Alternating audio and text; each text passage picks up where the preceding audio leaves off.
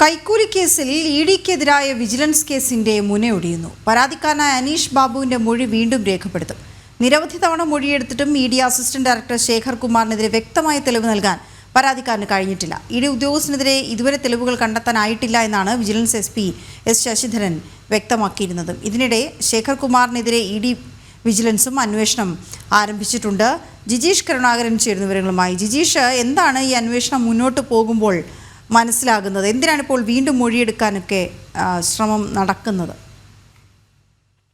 വീണ, വിജിലൻസിനെ സംബന്ധിച്ചിടത്തോളം enforcement ഉദ്യോഗസ്ഥനെതിരെ assistant ഡയറക്ടറായ ശേഖർ കുമാറിനെതിരെ കൃത്യമായ തെളിവുകളൊന്നും ഇത്രയും ദിവസത്തിന് ശേഷവും കണ്ടെത്താൻ കഴിഞ്ഞിട്ടില്ല. 3 പേരുടെ അറസ്റ്റിനപ്പുറം തുടർ നീക്കങ്ങളൊന്നും തന്നെ നടത്താൻ കഴിയാവുന്ന കൃത്യമായ മൊഴികൾ ലഭിച്ചില്ല എന്നത് തന്നെയാണ് പ്രധാനം. കാരണം അനീഷ് ബാബു ആണ് പറഞ്ഞത് അത് ശേഖർ കുമാറാണ് അതോട് പണം ആവശ്യപ്പെട്ടത്. ശേഖർ കുമാറിന് വേണ്ടിയാണ് ഏജന്റുമാർ പ്രവർത്തിച്ചത്. ശേഖർ കുമാർ ആയിരുന്നു അസിസ്റ്റന്റ് ഡയറക്ടർ എന്ന നിലയിൽ ശേഖർ കുമാർ ആയിരുന്നു തനിക്കെതിരായ കേസിന്റെ അന്വേഷണ ചുമതലയിലുണ്ടായിരുന്ന ഉദ്യോഗസ്ഥൻ. അതുകൊണ്ട് തന്നെ ഈ ഉദ്യോഗസ്ഥൻ പണം ആവശ്യപ്പെട്ടു, 2 കോടി രൂപ ആവശ്യപ്പെട്ടു എന്നെല്ലാമാണ് വിൽസൺ പറഞ്ഞത് എന്ന് പറയുമ്പോൾ തന്നെ ശേഖർ കുമാറിനെ നേരിട്ട് ഈ കേസുമായി ബന്ധിപ്പിക്കാവുന്ന തെളിവുകളൊന്നും തന്നെ അന്വേഷണ സംഘത്തിന് ലഭിച്ചിട്ടില്ല.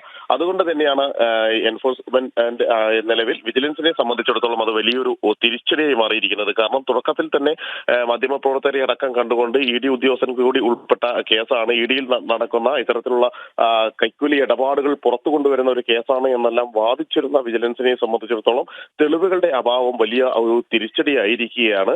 മാത്രമല്ല എൻഫോഴ്സ്മെന്റ് ഡയറക്ടറേറ്റിനെ സംബന്ധിച്ചിടത്തോളം അവർ കഴിഞ്ഞ ദിവസം തന്നെ വ്യക്തമാക്കിയിരുന്നു, ഏതെങ്കിലും തരത്തിൽ ഇത്തരത്തിലുള്ള സാമ്പത്തിക ഇടപാടുകൾ നടത്തിയിട്ടില്ല. അതുമായി പൂർണ്ണമായി ഇത്തരം കാര്യങ്ങൾ തള്ളിക്കളയുകയാണ്. മാത്രമല്ല ഇയാൾ കേസിൽ അനീഷ് ബാബു എന്ന പരാതിക്കാരെ ഒരു കേസ് നേരിടുന്ന ആളാണ്. സ്വാഭാവികമായും എൻഫോഴ്സ്മെന്റ് ഡയറക്ടറേറ്റ് ഈ കേസുമായി ബന്ധപ്പെട്ട് നിരവധി തവണ സമൻസ് നൽകി വിളിച്ചു വരുത്തിയിട്ടുണ്ട്. ചോദ്യം ചെയ്യലിന്റെ ഭാഗമായി കടുത്ത ഭാഷയിൽ തന്നെ ചില ചോദ്യം ചെയ്യലുകൾ നടത്തേണ്ടി വന്നിട്ടുണ്ട്. എന്നാൽ മറിച്ച് പണം ആവശ്യപ്പെട്ടത് എന്നതടക്കമുള്ള കാര്യങ്ങൾ അവർ നിഷേധിക്കുകയും ചെയ്തിരുന്നു. ഇന്നലെയും വിജിലൻസ് എസ് ശശിധരൻ വ്യക്തമാക്കിയത് ഇ ഡിക്കെതിരെ തെളിവുകളൊന്നും തന്നെ കണ്ടെത്താൻ കഴിഞ്ഞിട്ടില്ല. ഇ ഡി ഉദ്യോഗസ്ഥനെതിരെ തെളിവുകൾ കണ്ടെത്താൻ കഴിഞ്ഞിട്ടില്ല. നിലവിൽ 1-ാം പ്രതിയായി ചേർത്തിട്ടുണ്ട് എങ്കിൽ കൂടി അറസ്റ്റ് അടക്കമുള്ള നടപടികളിലേക്ക് കടക്കാൻ കഴിയില്ല എന്ന് തന്നെയാണ്. ഇനി പ്രധാനമായും വിജിലൻസിനെ സംബന്ധിച്ചിടത്തോളം ഡിജിറ്റൽ തെളിവുകൾ മാത്രമാണ് മുന്നിലുള്ളത്. കാരണം അറസ്റ്റിലായിട്ടുള്ള രഞ്ജിത്ത് വാര്യർ ചാർട്ടേഡ് അക്കൗണ്ടന്റ് ആണ്. എൻഫോഴ്സ്മെന്റ് ഡയറക്ടറേറ്റുമായി അടുത്ത ബന്ധം പുലർത്തിയിരുന്നു എന്ന് വിജിലൻസ് പറയുന്നു. അതുകൊണ്ട് തന്നെ ഈ രഞ്ജിത്ത് വാര്യരുടെ മൊബൈൽ ഫോണിൽ ഉണ്ടായിരുന്ന ലാപ്ടോപ്പുകളിൽ ഉണ്ടായിരുന്ന വിവരങ്ങൾ കൂടി ശേഖരിച്ച ശേഷമായിരിക്കും അന്വേഷണ സംഘം മുന്നോട്ട് പോവുക.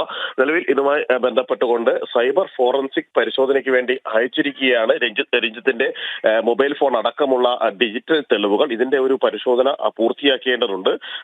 ഫേസ് ലോക്ക് അടക്കമുള്ള കാര്യങ്ങളാണ് രഞ്ജിത്ത് ഇതിൽ ചെയ്തു വെച്ചിരിക്കുന്നത്. അതുകൊണ്ട് തന്നെ അതടക്കം മാറ്റിക്കൊണ്ടും മാത്രമല്ല അന്വേഷണവുമായി ഒരു തരത്തിലും സഹകരിക്കുന്ന ഒരു സമീപനമായിരുന്നില്ല രഞ്ജിത്ത് വാര്യർ സ്വീകരിക്കുകയും ചെയ്തിരിക്കുന്നത്. ഈ രഞ്ജിത്ത് വാര്യരുടെ ഡീറ്റെയിൽ തെളിവുകൾ കൂടി ലഭിച്ച ശേഷമായിരിക്കും മുന്നോട്ട് പോവുക. ഇതിനിടയിലാണ് വിജിലൻസിന്റെ ഇ ഡിയുടെ തന്നെ വിജിലൻസ് സംബന്ധിച്ചൊരു അന്വേഷണം കൂടി ആഭ്യന്തര തലത്തിൽ ആരംഭിക്കുകയും ചെയ്തിട്ടുള്ളത്.